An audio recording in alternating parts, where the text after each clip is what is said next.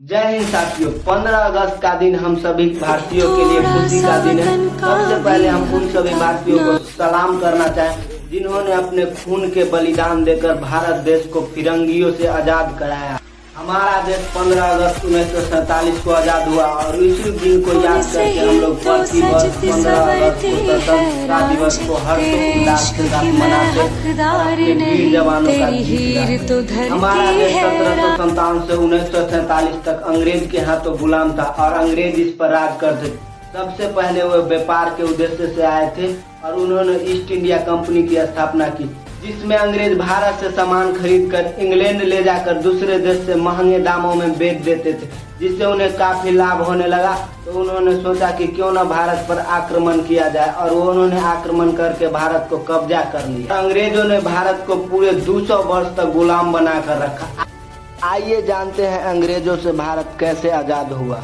आजादी की शुरुआत की चिंगारी 1857 में सबसे पहले उठी थी, जिसका नेतृत्व किसी और ने नहीं बल्कि मंगल पांडे ने किया। इस विद्रोह का मुख्य कारण था चर्बी वाले करतूत। सन 1856 में भारतीय सैनिक को चर्बी वाले करतूत दिए गए, जिसमें गाय और सुअर की चर्बी लगी हुई थी। इसे प्रयोग करने से पहले दांत से काट कर खोलना पड़ता था, जिसके कारण हिंदू और मुसलमान काफी ज्यादा आक्रोश हो गए और उन्होंने विद्रोह कर दिया। कई वर्षों तक गुलाम रहने और अंग्रेजों को अत्यधिक टैक्स देने की वजह से भारत में पूरी तरह से भुखमरी आ गई थी।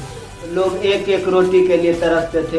अंग्रेजों ने नील की खेती कराई, सब लोग विलायत का कपड़ा खरीदते हैं और नील की कोई खपत नहीं है, पर जमींदार पूरा लगान मांगते हैं, वो अन्न का दाना भी नहीं। ये बढ़ती चली जा रही थी, लेकिन महात्मा गांधी के चंपारण सत्याग्रह के आने के बाद किसानों की स्थिति कुछ बदली। इस आंदोलन के बाद किसानों को खेतों के बंजर जमीन के बदले मुआवजे देने पड़ते थे और उन्हें रोजमर्रा के टैक्स को कम करना पड़ा, जिससे किसान को काफी लाभ हुआ और यह देश का चलाया हुआ पहला आंदोलन था जिसमें भारतीय किसानों को काफी लाभ। फिर 19 मार्च 1919 को अंग्रेजों द्वारा लगाए गए नियम रॉलेट एक्ट। ये वो नियम था जिसमें अंग्रेज को यह अधिकार प्राप्त हो गया था कि वह किसी भी भारतीय को बिना किसी मुकदमा या कार्रवाई किए जेल के अंदर बंद कर सकते। रॉलेट एक्ट का विरोध करने के लिए भारतीयों ने पंजाब के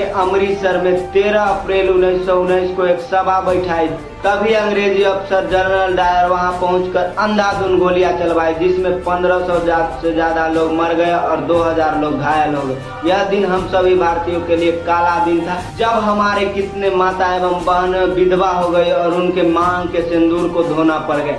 इस घटना को हम लोग जलियांवाला बाग हत्याकांड के नाम से जानते हैं। गांधी जी ने भारतीय लोगों पर अंग्रेजों के बढ़ते हुए जुल्म को देखते हुए 1 अगस्त 1920 को असहयोग आंदोलन शुरू किया। इस आंदोलन का ये प्रभाव पड़ा कि विद्यार्थी अंग्रेजी स्कूल और कॉलेज जाना बंद कर दिए, वकीलों ने कोर्ट जाने से मना कर दिया, श्रमिक ने नगरों और शहरों में हड़ताल कर दिया, जिससे अंग्रेज बौखला गए और जगह जगह डंडे मारने लगे। लेकिन अब वो समय नहीं रहा, लोग अब जाग चुके थे, अब लोग आवाज उठाने लगे। और इस समय काफी ज्यादा वीर सामने उभर कर आए, जैसे चंद्रशेखर आजाद, सुभाष चंद्र बोस और भगत सिंह जैसे वीर जवान इस समय हमारे देश के लिए सामने आए। देखते ही देखते गांधी जी ने लोगों को आजादी के लिए आक्रोश करना शुरू कर दिया और वो करो या मरो का नारा देने लगे और कहा कि जब तक आजादी नहीं मिलेगी तब तक चैन से नहीं बैठना। और लोगों ने अंग्रेजों के खिलाफ बगावत करना शुरू कर दी और उनकी संपत्तियां को नुकसान पहुंचाने लगे और लोग वतन के लिए जान को भी निछावर करने के लिए तैयार थे।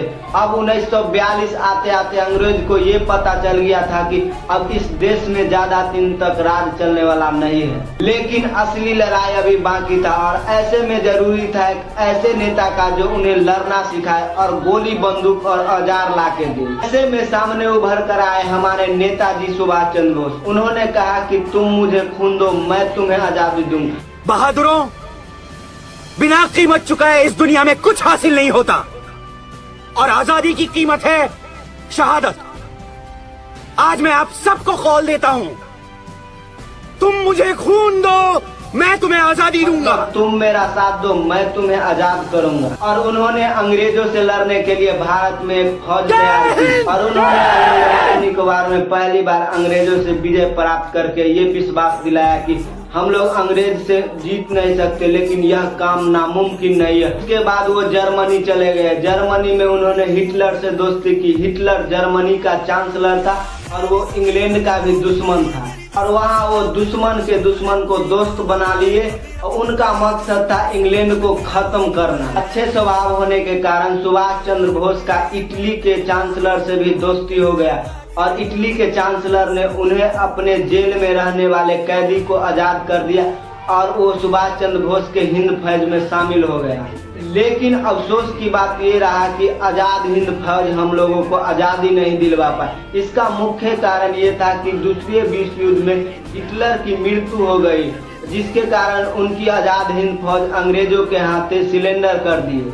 लेकिन उनकी आजाद हिंद फौज भारत को बिल्कुल आजादी के करीब ले गई। अब लोगों में एक नई उम्मीद जाग चुकी थी। सेकेंड वर्ल्ड वार के दौरान इंग्लैंड पूरी तरह से तहस नहस हो गया था, जिसके कारण न तो इंग्लैंड घर का बचा और न ही घाट का।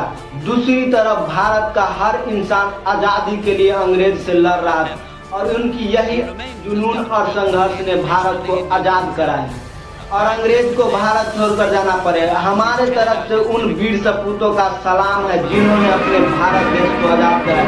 आप सभी को हमारे तरफ से हैप्पी इंडिपेंडेंस डे। आप सभी से एंजॉय कीजिए।